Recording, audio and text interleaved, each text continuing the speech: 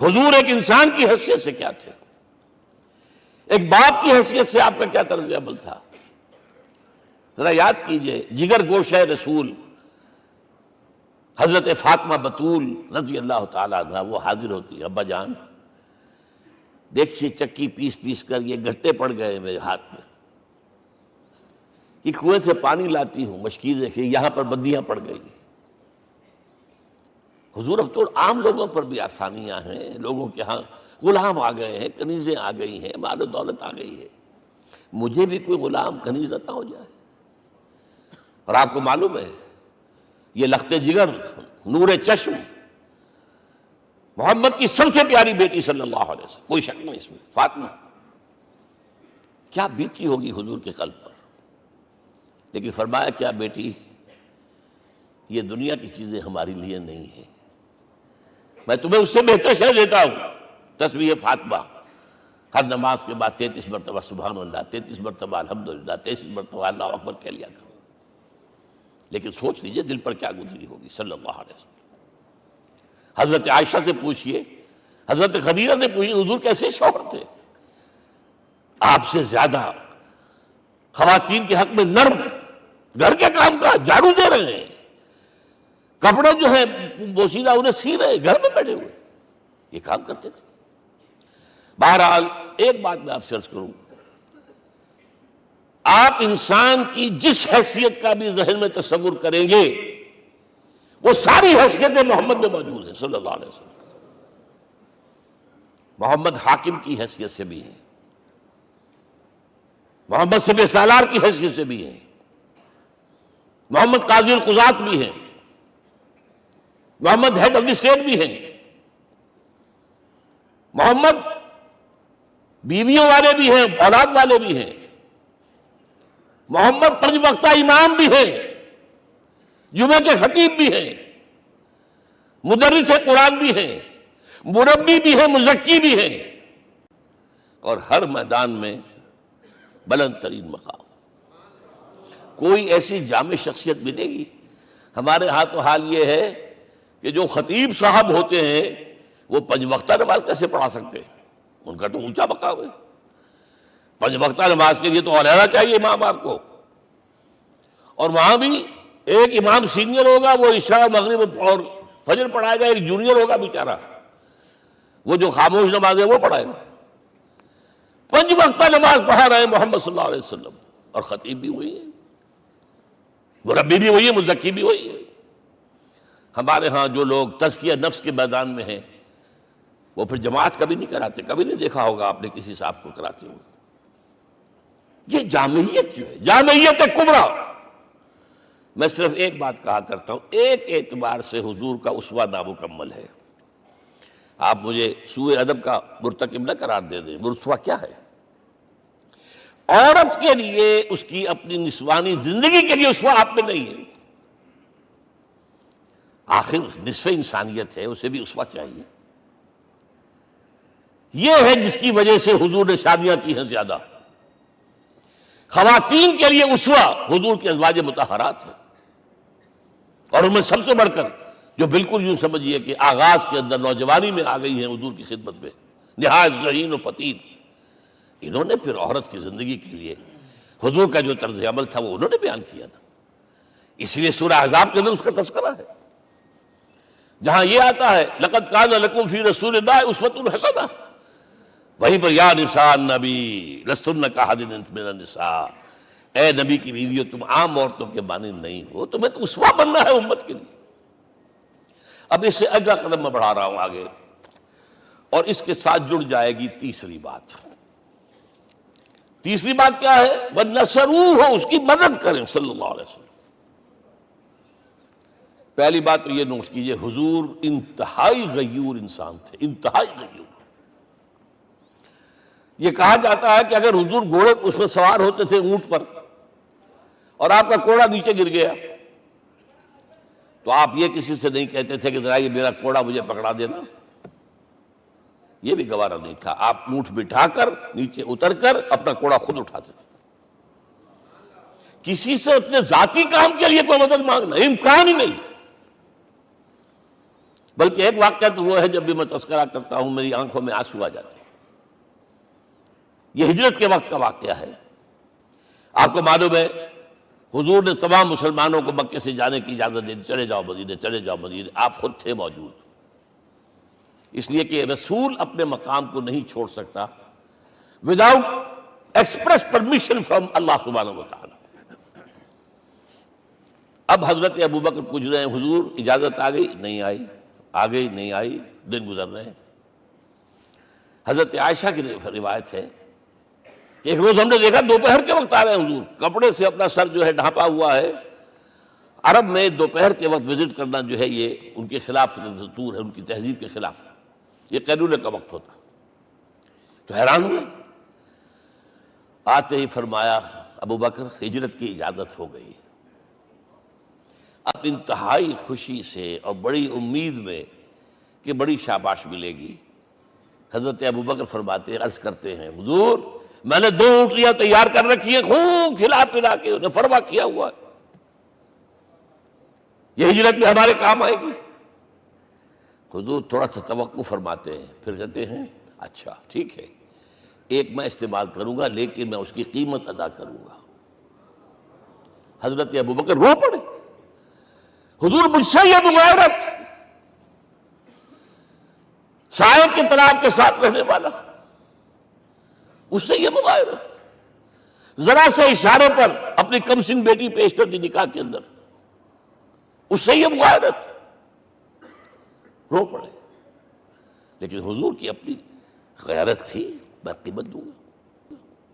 اب بتائیے مدد کا کے لیے درکار تھی؟ مدد تھی ان کے مشن کے لیے. مشن 2 حصوں میں تھا. اس کو جانیے، آج کچھ علمی باتیں آ رہی ہیں. حضور کے مشن کے 2 حصے، ایک ابتدائی جو تمام انبیاء اور رسول کا تھا، ایک تکمیلی جو صرف محمد کا صلی اللہ علیہ وسلم. ابتدائی کیا ہے؟ اللہ کی طرف دعوت، تبلیغ. جو دعوت قبول کر لیں ان کے لیے بشارت، بشیر کہ تمہارے لیے آخرت میں جنت ہے، نعمتیں ہیں. رد کر دیں ان کے لیے نذیر، خبردار کرنے والے، جہنم کے لیے تیاری کر لو. داعی اللہ، اللہ کی طرف بلانے والے، سراجا منیرا، روشنی کے چراغ. یہ حیثیتیں مشترک ہے تمام انبیاء کرام. تمام انبیاء بشیر بھی تھے، نذیر بھی تھے، داعی بھی تھے، سراج منیر بھی تھے. اگرچہ ان تمام حیثیتوں میں بھی حضور کا سب سے اونچا مقام علیحدہ نمایاں ہے، لیکن حیثیتیں بنیادی طور پر مشترک. ایک حیثیت تکمیلی، اور وہ کیا ہے؟ اے نبی جو دین آپ کو دیا گیا ہے صرف تبلیغ نہیں، صرف تعلیم نہیں، اس کو قائم کر کے دکھاؤ نظام زندگی کی حیثیت سے. 3 مرتبہ قرآن میں یہ الفاظ حضور کے لیے آئے ہیں، هو الذی ارسل رسولہ بالہدی ودین الحق لیظہرہ علی الدین کلہ. 3 دفعہ سورہ توبہ میں یہ الفاظ آئے، سورہ صف میں یہ الفاظ آئے، سورہ فتح میں یہ الفاظ آئے.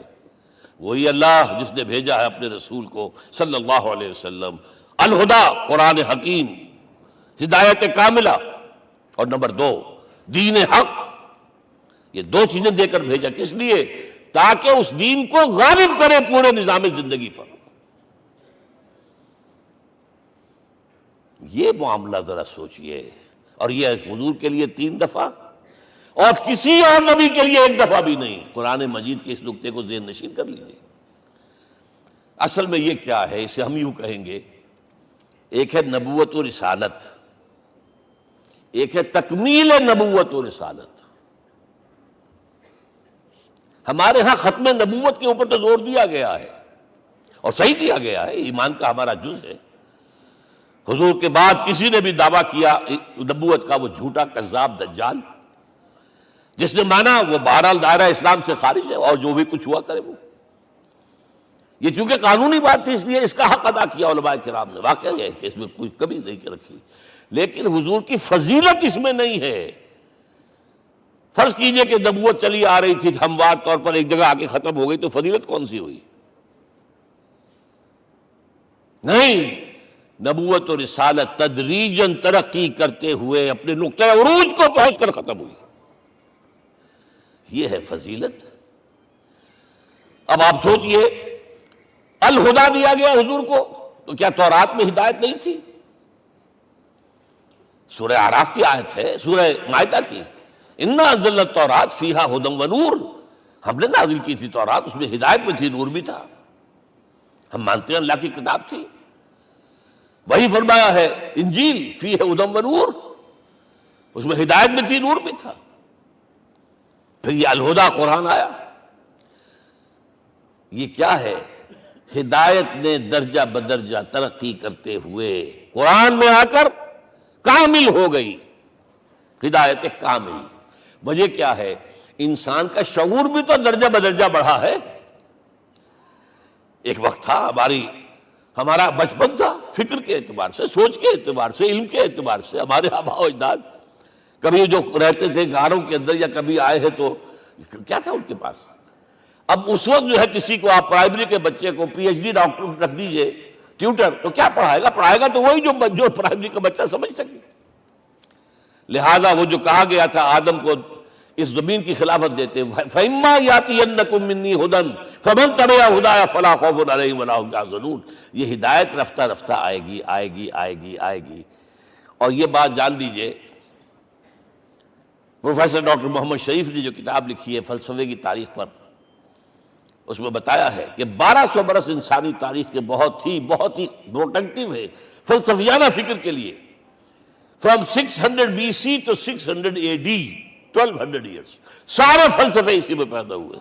سقراط، مختار، افلاطون اور یہ سب نکل گئے، اور کنفیوشس بھی آ گیا، تاؤ بھی آ گیا، اور بدھ بھی آ گیا، جین بھی آ گیا، سب آ گئے.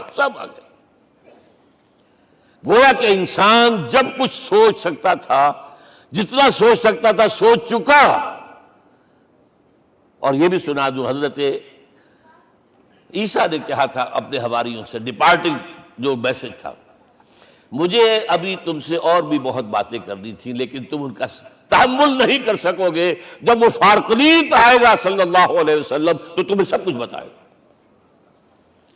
لہذا جب انسان بلوغت کو پہنچا ہے فلسفیانہ فکر کے اعتبار سے، تب، اور یہ بھی نوٹ کر لیجئے، بہت اہم بات کہہ رہا ہوں، چند مہینے غار حرا کی تنہائیوں میں اللہ تعالیٰ نے حضور کو وہ سارا ذہنی سفر طے کرایا ہے. کیا کرتے تھے حضور جا کر غار حرا میں؟ کبھی سوچا آپ نے؟ اگر آپ یہودیوں میں پیدا ہوئے ہوتے تو یہودی طرز پر آپ عبادت کرتے. اگر کہیں عیسائیوں میں پیدا ہوتے تو عیسائیوں کی طرف پر آپ تو نہیں تھے. آپ تو پیدا وہ مشرکین میں شرک کرنے کا امکان ہی نہیں آپ کے لیے. تو کیا کرتے تھے؟ حدیث کے الفاظ یہ تحنس فی، وہاں جا کر عبادت کرتے تھے. اب شارحین حدیث نے بہت عمدہ لکھا ہے، کانا صفت و تعبد ہی فی غار حرا التفکر والاعتبار. غار حرا میں آپ کی عبادت فکر، غور و فکر، تفکر و اعتبار، جس کی میں تعبیر یہ کر رہا ہوں، جس کو کہا کبھی اکبر الہ آبادی نے، خدا کے کام دیکھو بعد کیا ہے اور کیا پہلے. نظر آتا ہے مجھ کو بدر سے غار حرا پہلے. تم غار حرا کو نہیں جانتے.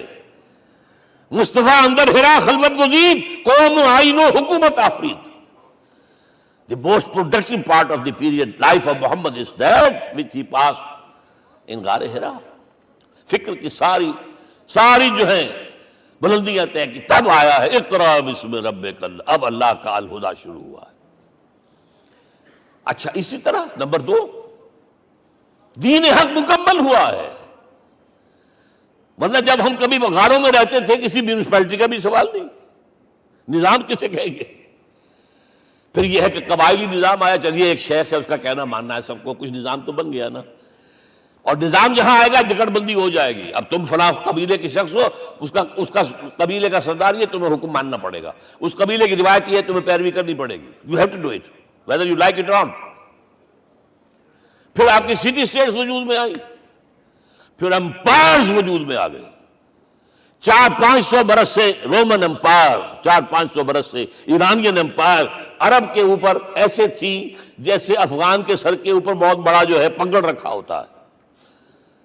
کتنا بڑا ہوتا ہے. وہ کسی نے شعر کہا بھی تھا، مجھے تو اب یاد نہیں، کہ سر پہ باندھے ہوئے پورا افغانستان. میرا خیال سے ضمیر جعفری. تو کیا تھا یہ جزیرہ نما عرب، یہ جزیرہ کہلاتا الجزیرہ. الجزیرہ اس لیے کہ نیچے آپ کو معلوم ہے بحیرہ عرب، ادھر جو ہے خلیج آ رہی ہے آخر تک، ادھر سے بحیرہ قلزم جا رہا ہے، اور پھر خلیج عقبہ آ گئی ہے. تو یہ سارا جو ہے جزیرہ نما ہے، اس سے پہلے سنا. لیکن عرب اوپر دو اور ہیں، عراق عرب، شام عرب. عراق عرب پر قبضہ ایران کا، شام عرب پر رومیوں کا.